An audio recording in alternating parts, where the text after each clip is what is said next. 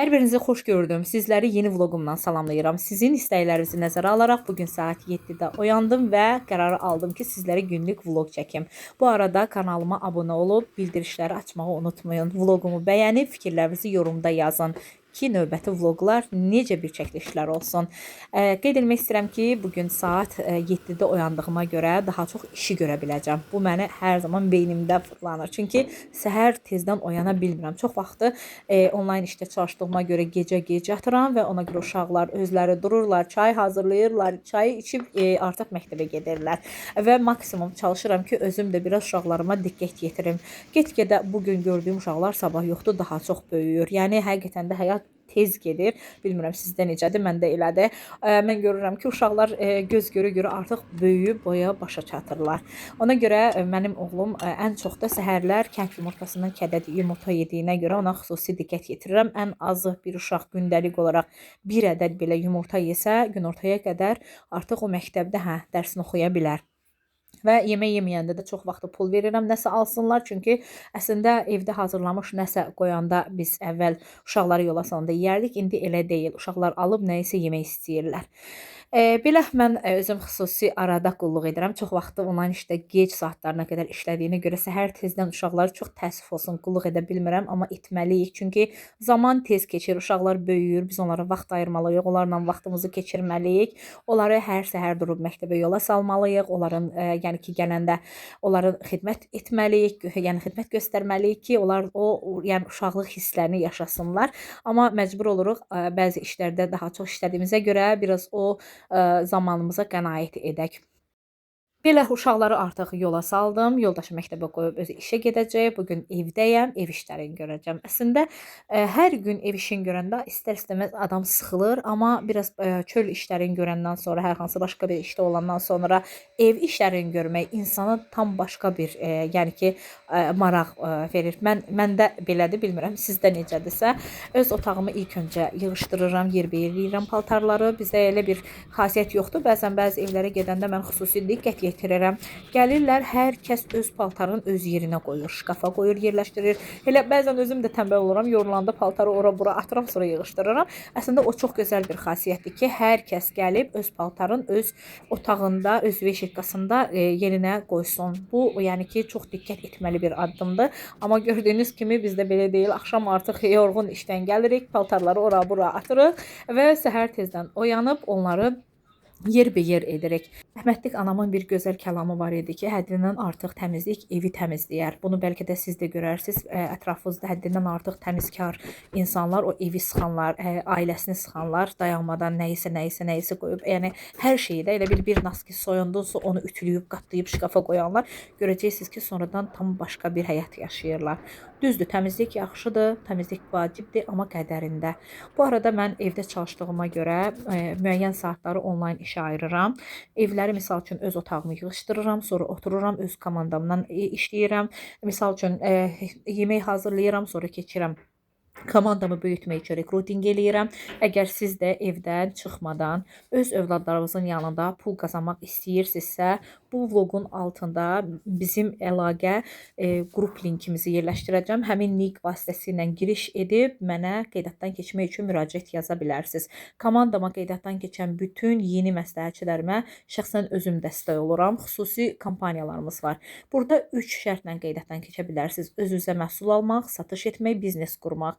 Yəni gedib mağazalardan, marketlərdən baha aldığınız gündəlik olaraq tələbatlarınızı buradan alıb siz də mənim kimi evdə pul qazana bilərsiniz. Hal-hazırda yaşadığım evi bu şirkətdən qazanmışam. Hal-hazırda sürdüyüm maşını bu şirkətdən qazanmışam. Yəni bəzi insanlar kimi evimi, uşaqlarımı evdə qoyub gedib hardasa qazanmıram. Öz rahat evimdən qazanıram. Gözəl, yəni ki, təlimlər keçirəm, özüm öyrədirəm. Mən bilmirəm, mən bacarmıram deməyin. Gəlin, mən sizə öyrədəcəm. Sıfırdan 100-ə qədər necə başlamaq lazımdır, necə adımlamaq lazımdır, dəstək olacağam və sizə pul qazanmağın yollarını öyrədəcəm. Bəlkə nə vaxtsa çalışıb uğursuz olmusunuzsa, təkrar başlamağın zamanıdır. Yəni bizlə təkrar təzədən başlaya bilərsiniz. Bunu xüsusi olaraq burada vurğulamaq istəyirəm. Çünki çox xanımlarımız gündəlik olaraq telefonu istifadə edirlər, amma nəyə istifadə etdiklərini özləri də bilmirlər. O zamanınızı pula çevirin. Dünənlər uşaqlarla çərəz evinə getmişdim. Biraz quru meyvə alacaqdım. Orada gördüm qusar lobiyası var. Biraz aldım ondan çünki qusar lobiyası çox gözəl olur. Əslində axşamdan suya salsaydım hazırlanması daha rahat olardı. Çünki əgər biz axşamdan suya qoymasaq, lobiya ən azı 2-3 saat qaynamalıdır. Əgər axşamdan suya qoysaq, onlar artıq o suyu çəkir, yumşaq olur, daha hardasa 1 saat ərzində bişir. Yəni hazırlamağa qoymaq istəyirdim ki, qazı gördüm, özüm şok oldum. Dedim bir qəşəng şəkildə təmizləyim, lap içinə qədər. Çünki düzdür mən işdə olanda, yəni ofis işini idarə eləyəndə qızım mənə kömək eləyir, qazı falan silir, amma özüm evdə olanda tam başqa, tam içəridən lap içinə qədər təmizləməyi sevirəm. Ümumiyyətlə bu evə köçəndə mən səhv elədim. Burada ümumiyyətlə mebel ustalarını səhv seçdim. Özünüz görürsünüz qazın arxasında necə yanıb. Əslində o mebelləri quraşdırmamışdan öncə gəlib özləri onu ölçüb biçib sifariş veriblər. Amma görürsünüz nə qədər yanlışlıqlar var. Növbəti inşallah evimdə daha dəqiq şəkildə bunları eləyəcəm. Əslində indi də dəyişə bilərəm. Orada mərmərlə dəyişmək olur. Sadəcə biraz aldığımı istifadə edeyim deyə 1-2 ildən sonra dəyişməyi düşünürəm. Çünki mərmər də elədir ki, uşaqlar onun üzərində nə isə atsa sınacaq. Ona görə biraz istəyirəm hələ ki bunu dəyişməyim, belə qalsın. Amma hər dəfəsində müəyyən bir çəkilişlər alanda artıq əsəbim korlanır. Buna mütləq bu yaxınlarda çarə qılacağam. Buna axtarış eləyib mütləq onun öhdəsindən gələcəm, onu düzəldəcəm. Özünüz gördüyünüz çəkilişdə çox yəni ki, bərbad vəziyyətdə çıxdı. Ümumiyyətlə məndə öz kosmetik şkafımda da çox səhvlər var. Mənim yataq mebelimdə də səhvlər var. O ustalar çox səhvlik eləyiblər. Çünki bütün evin mebellərini bir ustaya həvalə elədim. O addımda çox səhv elədim. İnsan bir evi alanda, bir evi hazırlayanda orada müəyyən səhvləri eləyir. Artıq o səhvləri almadıqdan sonra ikinci evdə daha yaxşı eləyir. Ya da ki, həmin evdə təkrar o işləri daha yaxşı görə bilir.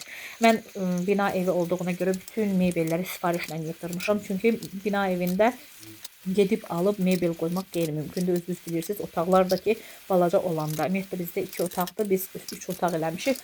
Ona görə biraz belə şeylər mənə çətin gəldi. İnşallah növbəti dəfə daha böyük bir evlər Allah mənə nəsib eləsin. İstədiyim kimi bahalı gözəl divanları, stolları, mebelləri o evim üçün sifariş verim. Hər birinizə arzulayıram. Yəni özünüzə öz zəhmətinizlə ev almağınızı.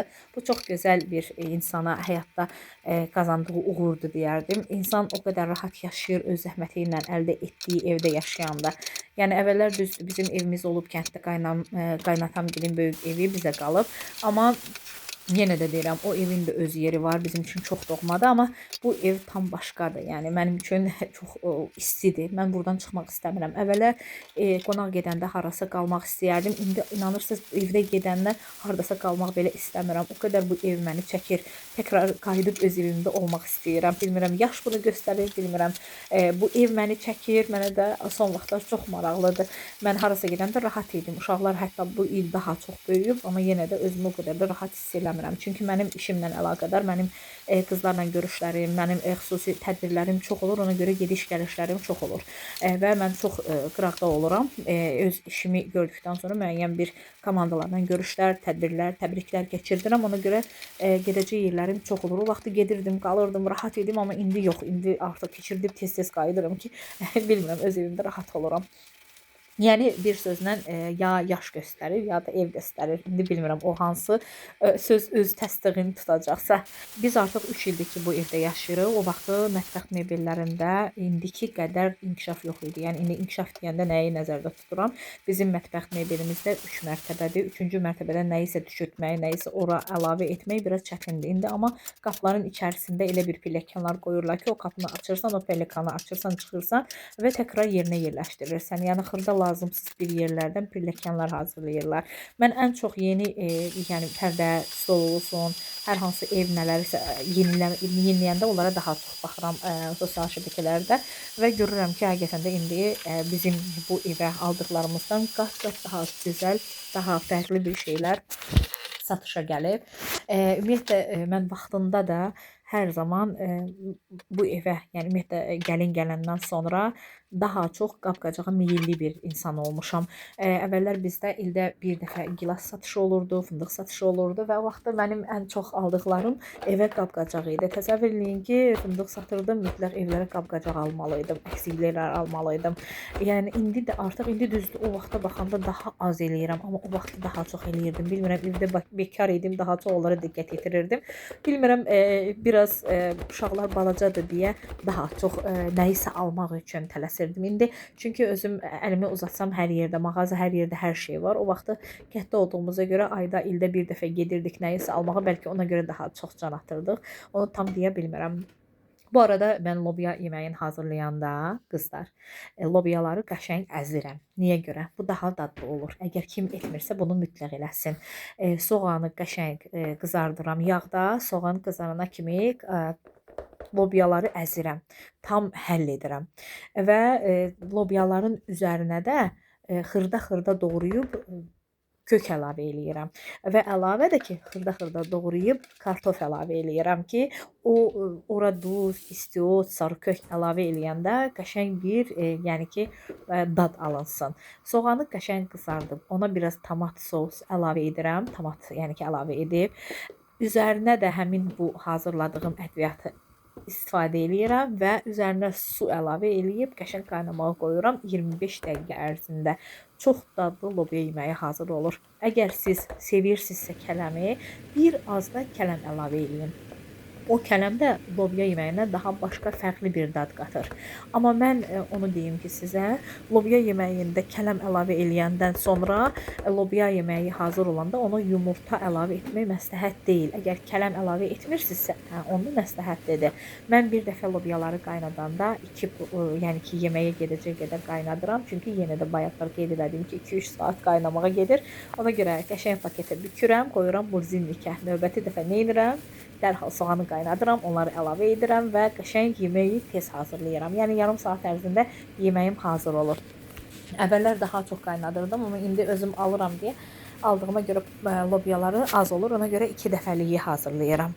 Lobya yeməyi demək olar ki, ət yeməyi ilə bir hesab olunur. Çünki kalorisi çoxdur. Yəni mütləq yemək lazımdır. Ən azı həftədə bir dəfə istifadə etmək xeyirdir. Yəni onun kalorisi çoxdur. Artıq yemək hazırlayarkən düşünürəm ki, yemək hazırlayandan sonra hansı işləri görürəm. Məndə belə bir xasiyyət var ki, bir işi görüb qurtarmamış, artıq bundan sonra görəcəyim işi beynimdə düşünürəm. Artıq yəni planlayıram. Ümumiyyətlə səhər oyanıram, mənim hər zaman plan dəftərim var. Səhərdən axşama kimi hər işi gördükcə mən onları qeyd eləyirəm. Harasa getdimsə bir gündə axşam gəlib qeyd eləyirəm. Yəni günüm necə keçib, yəni günümü nəyə xərcləmişəm. Ümumiyyətlə çox məsuliyyətli və məqsədli insan olmuşam həyatda. Əvvəllər mən planlamaları bilmirdim, plansız işləyirdim. O qədər iş düzgün alınmadı. Amma sonradan mən özümü inkişaf elətdirmək üçün hər səhər kitablar oxumağa başladım. Onda mən düşüncələrimi dəyişdim. Həqiqətən də insan əgər bu həyatda plansız, məqsədsiz yaşayırsa heç nəyə nail ola bilmir. Və o zamandan mən özümə dəftərlər götürmüşəm. 2019-cu ildən bu yana mənim plan dəftərlərim var. Yəni hər gün yazıram, pozuram və nəticəmi əldə edirəm. Təsəvvür edin ki, ildə 365 gün varsa, hər gün planlama ilə çalışsan, hər gün özünü inkişaf elətdirmək üçün, gələcəkdə yaxşı yaşamaq üçün hansısa saatları normal bir işə xərcləsəz, normal bir, yəni gördüyün işlərə də daha doğrusu xərcləsəz, həqiqətən də həyat daha maraqlı olur. Bəzi insanlar olur, gündəlik olaraq görüntü açır, bacıları ilə danışır, nə bilim podruqaları ilə danışır, anası ilə danışan var, qızı ilə danışan var. Yəni məndə ümumiyyətlə o fikir heç vaxt beynimdə formalaşmır. Yəni mən onu heç vaxt qəbul edə bilmirəm. Çünki bir insan üçün zaman çox dəyərlidir və onu nəyə xərclədiyinə çox diqqət yetirməlidir. Mən kimənsə zəng eləyib təsadüfi halda danışsam, 5 dəqiqə, 10 dəqiqə danışa bilərəm. Ondan çox danışmağa vaxt ayırmıram. Çünki mən bilirəm ki, bundan 20 dəqiqə danışsam, onun 10 dəqiqəsini mən havayı boşa xərclədim. Düzdür, biz sevdiklərimizlə vaxt keçirməliyik, amma hər şeyin öz qədəri var. Çünki əvvəllər heç telefon yox idi, heç onlayn yox idi. Biz gedib baş çəkirdik, maraqlanırdıq, həyat-hal soruşurduq. Çox mehriban idi, çox xoşbəxt yaşayırdı insanlar. Bugün danışır bundan danışandan sonra yığır sözləri, sonra o birisini yığır. Ay filan kəs nə dedi, ona çatdırır. Ay bundan deyir, o necə oldu. Yalnız bu işlərlə məşğul olan xanımlar var. Mən yəni həqiqətən də elə şeyləri heç vaxt sevməmişəm. İnsanlar var ha. Mən sənə deyim, amma gedib demə. Deyir, "Aşı, mən səninlə aramda olanı kimə deyirəm ki, narahat olma qız, sən məni bilmirsən." Götürür ondan yığır, söndürəndən sonra başlayır formalaşır axı beynində o fikirlər, yığır o birisini, başlayır ona söhbət eləyir, sonra da başlayır artıq yəni burada aldıqlarını ona çatdırmağa.